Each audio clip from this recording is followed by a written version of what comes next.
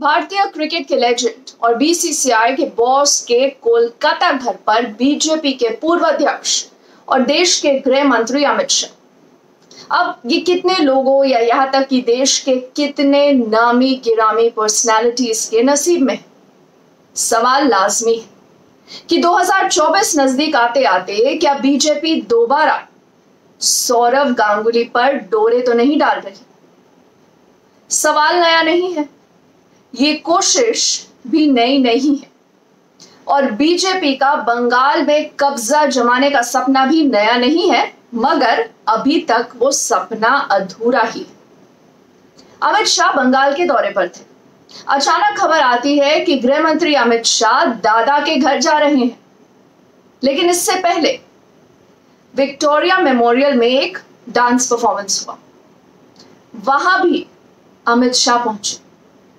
अब स्टेज पर वहां परफॉर्म कर रही थी सौरव गांगुली की पत्नी डोना गांगुली और फिर अमित शाह पहुंच गए सौरव और डोना के घर, उनके डिनर टेबल पर। अब राजनीति में देखिए यूं ही कुछ नहीं होता है और जब आपके घर देश के गृह मंत्री खाना खाने पहुंच जाए तो कयास तो लगेंगे ही ना। हर एक्शन के पीछे एक प्लान होता है। हर मुलाकात, हर तस्वीर कुछ ना कुछ तो कहती है और यहां तो दादा के घर पर एक साथ बैठकर खाना खाया गया।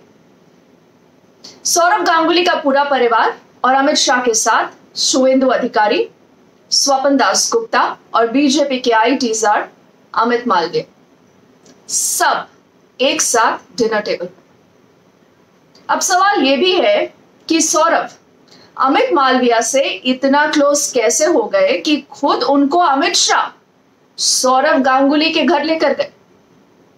गांगुली ने हालांकि ये कहा कि इस डिनर को राजनीति से जोड़कर नहीं देखना चाहिए और वो अमित शाह को बहुत लंबे समय से जानते हैं, उनके बेटे के साथ बीसीसीआई में काम भी करते हैं। अब और क्या बोलते सौरव गांगुली। गांगुली की बीजेपी में शामिल होने की अटकलें वैसे तो कई बार लग चुकी है और हर चुनाव से पहले ये चर्चा जरूर होती है। आपको याद होगा विधानसभा चुनाव से पहले भी ये चर्चा उठी थी, लेकिन उस वक्त सौरव गांगुली की तबीयत खराब हो गई और कयास और तरह तरह की अटकलों ने सौरभ का पीछा नहीं छोड़ा। कहा तो यह भी गया कि खराब तबीयत को एक वजह बताकर सौरभ दादा ने बीजेपी से तब कन्नी काटी। यह भी कहा सुना गया कि कभी ममता दीदी के बहुत क्लोज रहे सौरव गांगुली पर ममता कैंप का बीजेपी न ज्वाइन करने का भी बहुत दबाव था। खबर यह भी उड़ी कि प्राइम मिनिस्टर मोदी की रैली के दौरान ही दादा बीजेपी में शामिल हो जाएंगे, लेकिन ऐसा नहीं हुआ। अब इस ताजा हाई प्रोफाइल डिनर से अटकलें लगना तो लाजमी है। देखिए बीजेपी बंगाल में लगातार चुनाव दर चुनाव हार रही है। हाल ही में ममता की टिकट पर शत्रुघ्न सिन्हा की धमाकेदार जीत हुई है। वो एक बड़ा ऑल इंडिया चेहरा बन के उभरे हैं। संभव है कि विधानसभा समेत कई और चुनावों में करारी शिकस्त के बाद अब बीजेपी एक बड़े और एक करिश्माई बंगाली चेहरे की तलाश में, जो दीदी को टक्कर दे सके।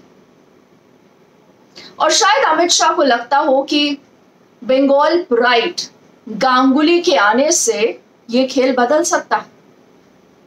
ममता बनर्जी लगातार बीजेपी को बाहरी यानी आउटसाइडर्स बताती रही है।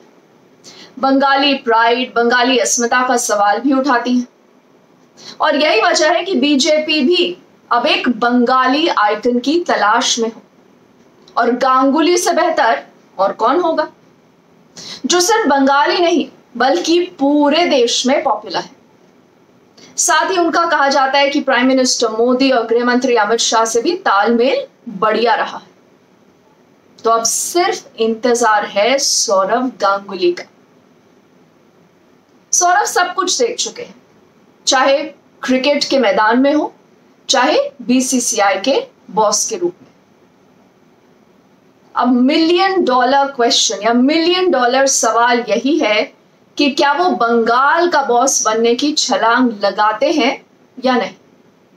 दीदी के सामने दादा। बंगाल बीजेपी में इस समय सब कुछ ठीक नहीं है।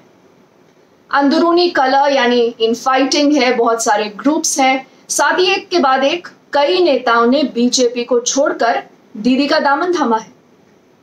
और ऐसी स्थिति में भी सौरव का कम से कम राय और मशवरा तो काम आ ही सकता है। गौर करने वाली एक और बात यह है कि ममता बनर्जी दीदी ने भी अमित शाह और सौरव गांगुली के डिनर का नोटिस लिया और सौरव को एक सलाह दे दी कि अमित शाह को सौरव मिष्टी दोई खिलाए। मतलब कुछ तो रहा होगा। अमित शाह का यह दौरा बेहद महत्वपूर्ण माना जा रहा है। विधानसभा चुनावों के बाद अमित शाह का यह पहला बंगाल दौरा है। जी हां, अमित शाह का दौरा। निश्चित रूप से अमित शाह सिर्फ औपचारिक डिनर के लिए नहीं आए थे, न ही बुलाए गए थे। कुछ तो पक्का प्रतीत हो रहा है, पक्का है।